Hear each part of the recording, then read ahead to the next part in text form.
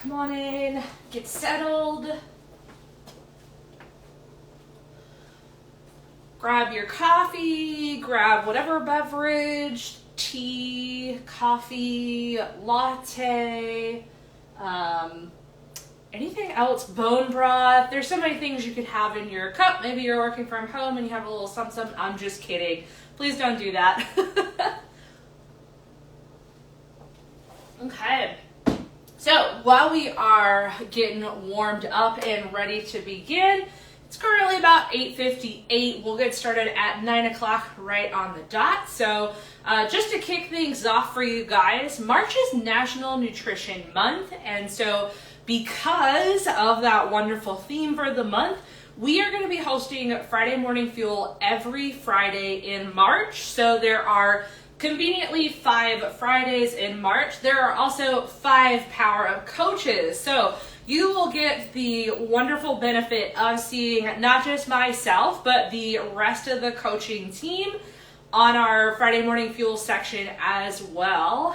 We'll be doing a nice little detailed grocery haul so you can have some insights into how we personally like to do our own grocery shopping, talk about some strategies for menu and meal planning, and then just pick a little bit into our personal nutrition beliefs. So thank you all for being here and happy Friday. So I'm going to provide a little bit of background and then we'll dive into the grocery haul. So I would like to say that it feels kind of like if you have ever seen the show Friends, there's an episode where Monica and Rachel and Chandler and Joey are having a little banter back and forth about which pair knows the other better. And so one of the little challenges they start with is Monica comes in, or Rachel comes in with groceries, and Chandler bets that he can guess every item in their bag, and he nails it. So I'm not going to ask you guys to do that for me today, but there is a lot of stuff in these bags and then also in my fridge as well, just to keep those refrigerated items at a safe temperature for storage as well. All right, it's 9 o'clock. We're going to go ahead and begin. As always, I am your wonderful, lovely host, Coach Mary for Friday Morning Fuel. So today we're talking about grocery shopping, menu planning, grocery shopping, a little bit of a grocery haul, as well as some insights into my personal nutrition beliefs and ideologies. So to provide some context, so I live in a 2-person household. It is me and my partner, and we split our responsibilities based on what works for us. So you might be in a larger household or you might be living by yourself. So that division of responsibility, I want to make that very clear here that this is what works for us. So when I am throwing out numbers or just the sheer volume of groceries that I buy, I just want you to know that for us in our household, the way we split our responsibilities with food, I pretty much handle probably 95-99% of the groceries, and then my partner, anytime that we go out to eat, so that might be 2 or 3 times a month, my partner usually accommodates and pays for anything that we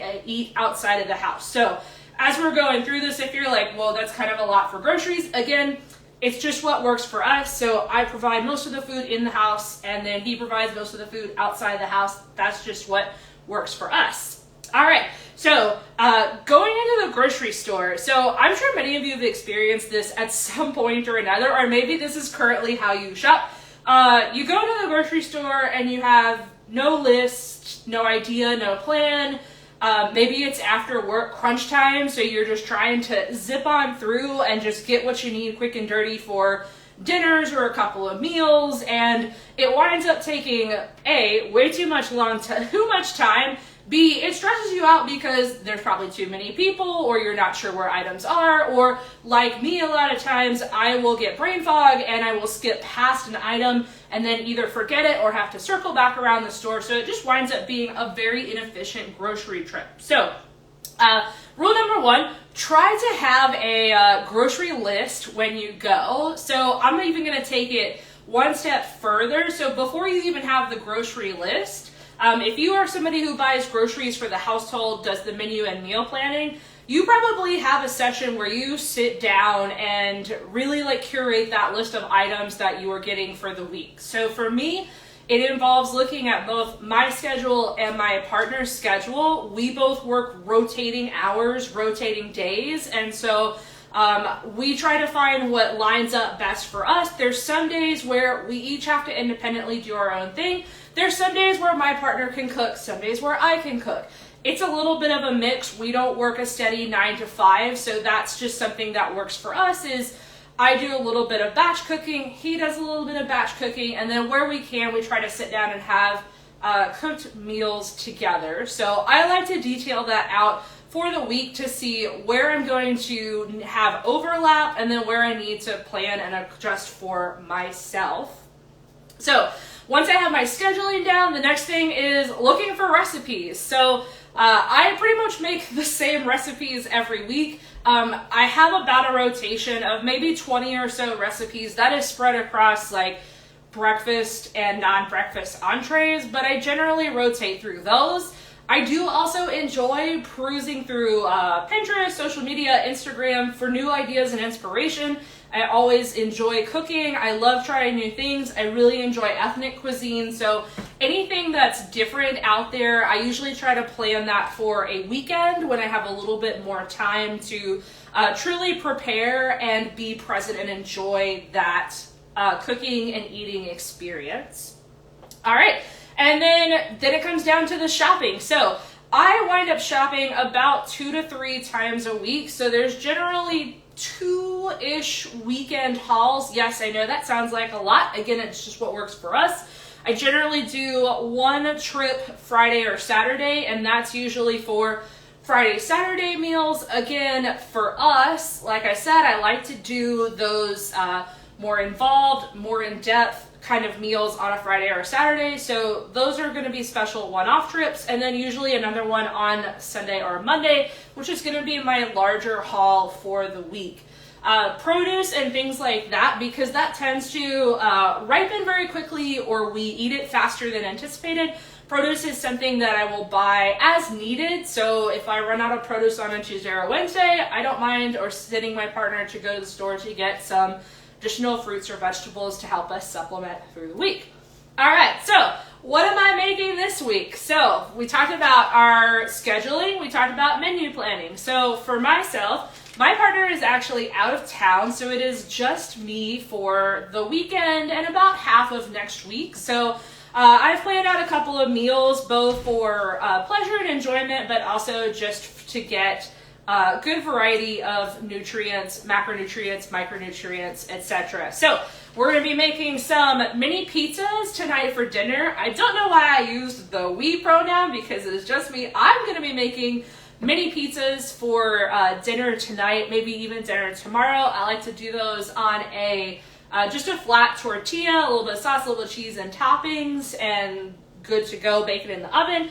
We'll also be doing some Mediterranean bowls and salads, Greek salads to go with that. I've got some barbecue chicken stuffed sweet potatoes with a chef's kiss blue cheese coleslaw to go with it, so a little bit more decadent, and then a burrito bowl. So that'll kind of give you some ideas and insights into what's in my bag for those types of meals and entrees through the weekend and for next week. All right. So I primarily shop at a Harris Teeter grocery store. Some people shop at multiple grocery stores. On occasion, there is a Food Lion that is on my route to work. So either going to or coming home from work. Sometimes I hit up Food Lion just to get a couple of things or anything that I have forgotten as well. But most of my shopping is done at Harris Teeter. I don't really have any strong preference for a grocery store. That is just the one that is closest to us. I'm sure if I was somebody who was being a little bit more financially motivated, more frugal with my expenses, I might shop around for a better deal. I know some people with larger households probably shop at a wholesale store, wholesale club like Costco or Sam's. Again, the grocery store that I select is just what's close and local to me. Got to find what works for you. All right, so in most grocery stores, maybe with the exception of the wholesale clubs because they're laid out a little bit differently, but most grocery stores, you walk in the door and what is the first thing you're greeted with? produce. So that is actually not a coincidence that produce is there. It is actually marketing, a marketing strategy. So a lot of times they will put very bright, very vibrant, ripe, and fresh-looking fruits and vegetables at the front. For the specific reason is that it appeals to the eyes, it appeals to the stomach, and hopefully you'll just grab some, throw it in your cart. I do it a lot of times myself, and nothing wrong with that. Produce is great for you. If you're a little bit more person shopping by a list or shopping on a budget, maybe just stick to the items that are on your list. But know that it is no coincidence that produce is placed by the front of the store. So I write my list based on, for me, what works is where things are placed in the grocery store. I used to categorize items by similarity, so I would write out my list with produce items all in one section, meats in one section, and then the aisle stuff I just wrote as one generic category. And I found that what happened is I would start to forget things, either get home and realize that I forgot it, or I'd forget it in the store and have to zigzag back and forth. So I like to group my shopping list according to where things are located in the stores, so that way I can be section by section, go through and just find what works for me. I'm gonna grab a quick sip of water here, but I see some new faces have joined us. Thank you and good morning. We're getting ready to dive into the grocery haul. So what is in my grocery haul from Harris Teeter for this past week? All right. So if I'm shopping in produce first, I would just like to start by saying that I am the kind of person who views produce, certain kinds of groceries, I like to view this as an expense like gasoline for your car. So while the price fluctuates and sometimes it's more expensive and sometimes it's cheaper, you still need it. So in my mind, that is the justification I use for produce, is that I need those types of foods. I need those minerals, those vitamins, those micronutrients. I need those things. So it is not something that I restrict or a lot of budget for, because produce is something that I know that I'm going to go through and that I know that I need it. So that is what works for me. There have definitely been times when, for example, when I was in school and not making as much money, where I was a more seasonal and sales shopper, and that's just what I had to do when you only have $40 a week to spend on groceries. So you eat a lot of the same things and you eat a lot of what's cheap and what's on sale. However, I'm in a much more financial stable situation, so I can afford a little bit more for those items. So produce tends to be my largest, at least in terms of quantity, largest section of my grocery bill. So a lot of the things that I buy, I like to shop by colors. So when I'm planning out my meals, so both the meal itself and then just my day-to-day intake, I try to shoot for at least 3 different colors. On a good day, I can hit 5 different colors, but at least 3 colors. So for the most part, I'm pretty good with red and green. Those are the things that I buy the most. Yellow and oranges are probably next, and then things like purples and blues I could probably buy a bit more of, but it's not something that I regularly purchase. Probably could do better there, but at least 3 different colors, a mix of both fresh, canned, and frozen. I know that for frozen things, frozen vegetables especially, I like to buy large bags of that. So always in my freezer, I heat frozen broccoli, frozen green beans, and frozen green peas. They're so cheap, they store for a long time. I can just throw them into whatever meal I'm making for the day, and then they're good to go when I heat them up. All right, so we've got for today, we've got some lovely asparagus. So I believe asparagus is in season right now. A lot of grocery stores, I've seen them have asparagus on sale for about $1.79 a bunch. But again, different stores, different areas, different prices. I am making Mediterranean bowls this week, which will entail a homemade tzatziki sauce. So tzatziki sauce is a yogurt-based sauce that uses dill, cucumber, and then other things like lemon and garlic and a couple of other spices as well. I've got my barbecue sweet potatoes that I'm working on, so I'm going to be doing a blue cheese coleslaw to go with it. So I've got a bag of pre-mixed coleslaw, I'll probably do a little bit of Greek yogurt, a little bit of vinegar and lemon juice, and then blue cheese crumbles, maybe a couple of extra spices. Mix that all together. Along with my Mediterranean bowls, I've got some romaine lettuce. Whether I decide to do that as a salad or actually in the bowl itself remains to be seen. For my burrito bowls, I've got some lovely bell peppers. These bad boys look really good. So as you can see right here, I've already gone through several green items and I'm moving on to my red items. So true to character, yes, I buy a lot of green and a lot of red. A lot of citrus fruit has been in on sale as well. We've been going through a lot of mandarins. Those are the citrus fruits that I like the best, but there's all kinds of varieties of oranges, varieties of smaller citrus fruit. Grapefruits as well are also good in there too. All right, I got my berries. So coming at you with some more red. Tomatoes. We've got raspberries, blackberries. So I did plan some blue coloring in there. I've got bananas. Bananas covering my white or my yellow colors. Super easy to grab and go. And I like my bananas a little bit on the greener side. I know that's a little bit difficult to see from this angle, but these bananas, I try to buy them as green as they can be and then let them ripen up. Right now, they're probably about 90% yellow and 10% green. That's just the way I personally like them. They're pretty tasty like that. They've got just a hint of sweetness, but they're nice and firm. I don't really enjoy mushy bananas, but hey, different strokes for different folks, so no worries here. I've got my sweet potatoes, so my oranges, coming back to that. I've got some strawberries, so a little bit more red. Some avocados to top onto my burrito bowls. These are actually starting to feel a little bit riper, so I'll leave them on the counter if they're nice and firm, and then as they get a little bit softer, I'll put them in the fridge so that that way the ripening process slows down because I don't want them to be brown.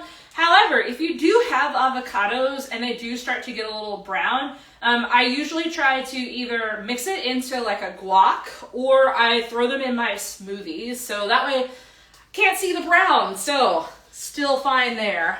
All right. Got some red onion, some yellow onion for both of my bowls, my burrito bowls, and for my Mediterranean bowls. And I've got some wonderful, delicious strawberries. They smell fabulous. So a lot of this stuff, especially the berries and things that have a higher water content, are going to go into the fridge. Just wanted you guys to see them out for today. All right. So after we swing through produce, generally the meat section is going to be there. And so I try to classify my meats into both my protein sources, so both animal and plant-based protein sources. Meats I'm going to keep obviously in the fridge. And again, I just want to remind everybody that for my personal meal planning, my personal grocery list and expenses, that food is something I view as like gasoline. It is a necessary expense. So just because I pay for nicer items doesn't mean you have to pay for nicer items as well.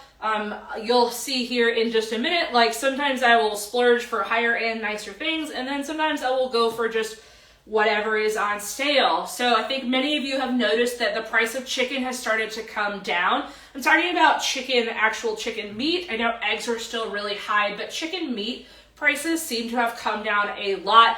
I see it a lot more frequently in stores that chicken breasts, chicken thighs are now back on sale for under $2 a pound. I feel like for a while it was a struggle to get there, but prices seem to be coming down, at least in this area. So I've got some just good old bulk package of chicken breasts. So off camera for today, I'm actually going to prep that chicken in a slow cooker.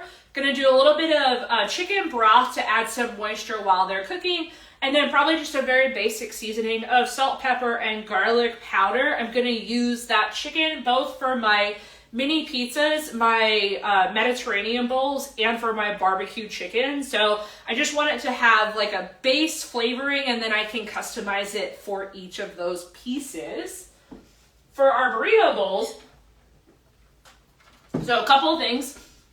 Burrito bowls, I like to stretch them out with a little bit more vegetable protein for sure. So adding things like mushrooms and beans, especially, sometimes lentils as well, to give it just more volume. And especially because the beef that I purchase, so when I do purchase ground beef, I like to go for the grass-fed and finished. It is a little bit more expensive per pound.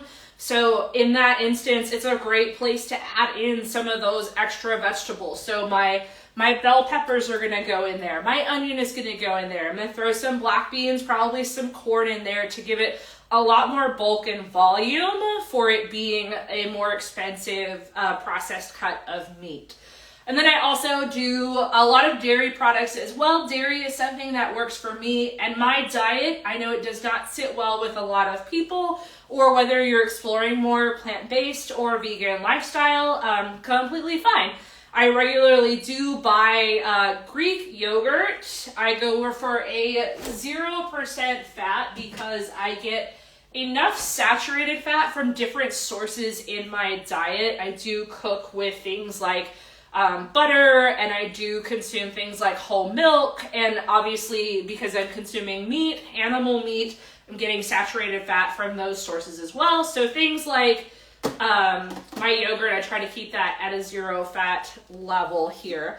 I will say a quick call out. So on the yogurt, it took me a long time to get to this point, but when people are starting on a food journey, a lot of the things that we recommend is for people to read food labels. So whether you are looking to change your weight or body composition, or if you are just trying to consume a more wholesome, or sometimes what we call like a cleaner, minimally processed diet, but not just looking at like the nutrition facts, but the actual like ingredients that are listed in food.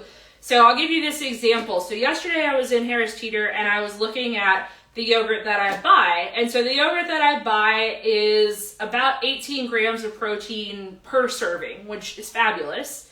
So I saw a different container. It was the Dannon Oikos Greek yogurt, and theirs was 25 grams of protein. So it kind of piqued my interest. And so I thought, well, sometimes they do more protein and they'll just call it like a larger size. So grabbed the container, flipped it over onto the back, and sure enough, for the same serving size, so 3/4 cup and 3/4 cup, for the same serving size, mine had 18 and this one had 25. And I was like, Greek yogurt's more or less made the same across brands, so why is one higher than the other?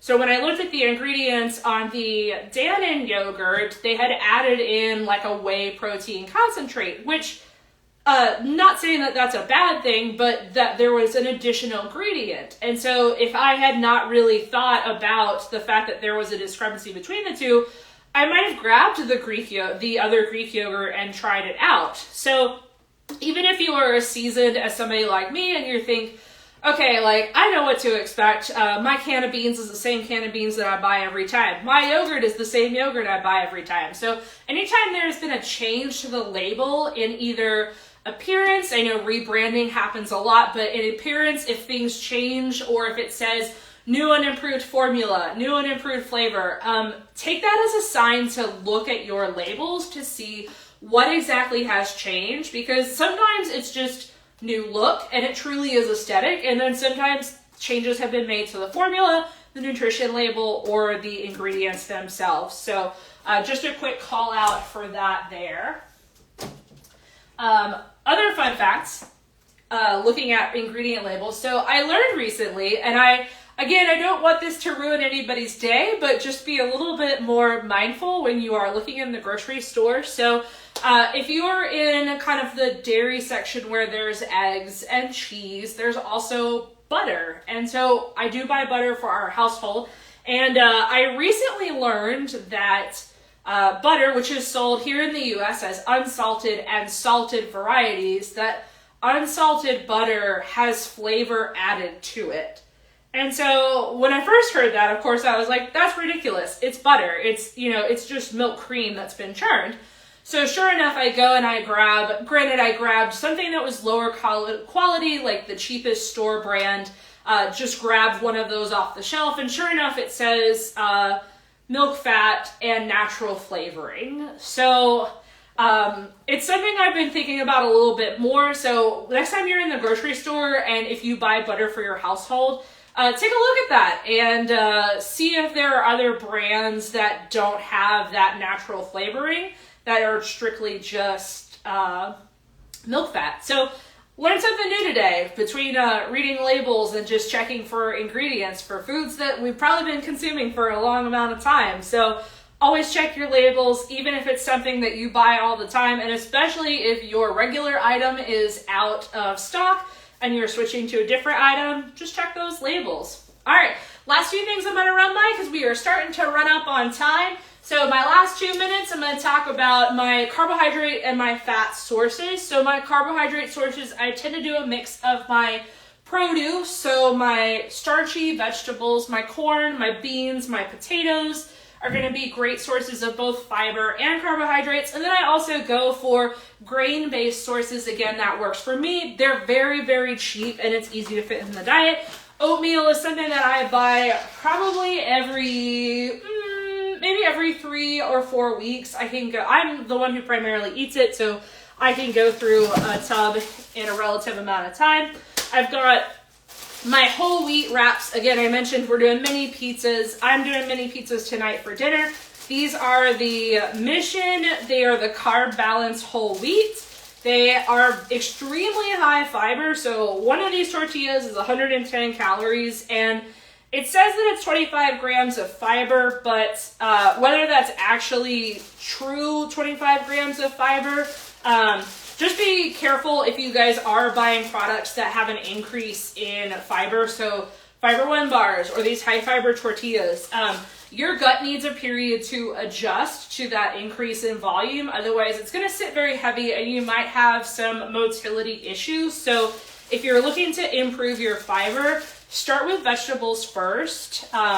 These are going to be the sources of fiber that your body will generally use. We use soluble and insoluble types of fiber. You do need both and they serve a purpose for your gut health. So getting a mix of those grain and produce carb sources are going to be most helpful. And then I'll talk about some of my fat sources. So I already talked about the butter. I do purchase a couple of different oils. We've got most of what I use in rotation is olive oil, and I've recently switched over to avocado oil. So avocado oil is good for all-purpose cooking, and it cooks at a high heat. So with olive oil, it's good for low temperatures. It has that really low smoke point. So if you're looking to saute or just like lightly pan fry something, I would go with something more like the avocado oil so it doesn't burn the food. It actually just cooks the food. I got my avocados as well into my sources. I buy lots of nuts and seeds. I didn't buy any in this haul, but I do have almonds, walnuts, pumpkin seeds, chia seeds, hemp seeds. I do have those all on my pantry and my shelf. And the last little thing that I wanted to talk about is just some additional items that are just classified as other. So things like my supplements, I do use a whey-based protein, so I incorporate that into my things like overnight oats, smoothies. I probably have a smoothie every day, every other day. So I do use a whey protein. I just find the one that works for me. And then things like my sauces are not something I would buy regularly. So I've got barbecue sauce and pesto sauce for my bowls, my stuffed sweet potatoes, and then my mini pizzas as well. And then other items like hummus, I don't always buy that in rotation. Again, I usually do that more theme-based for what feels good.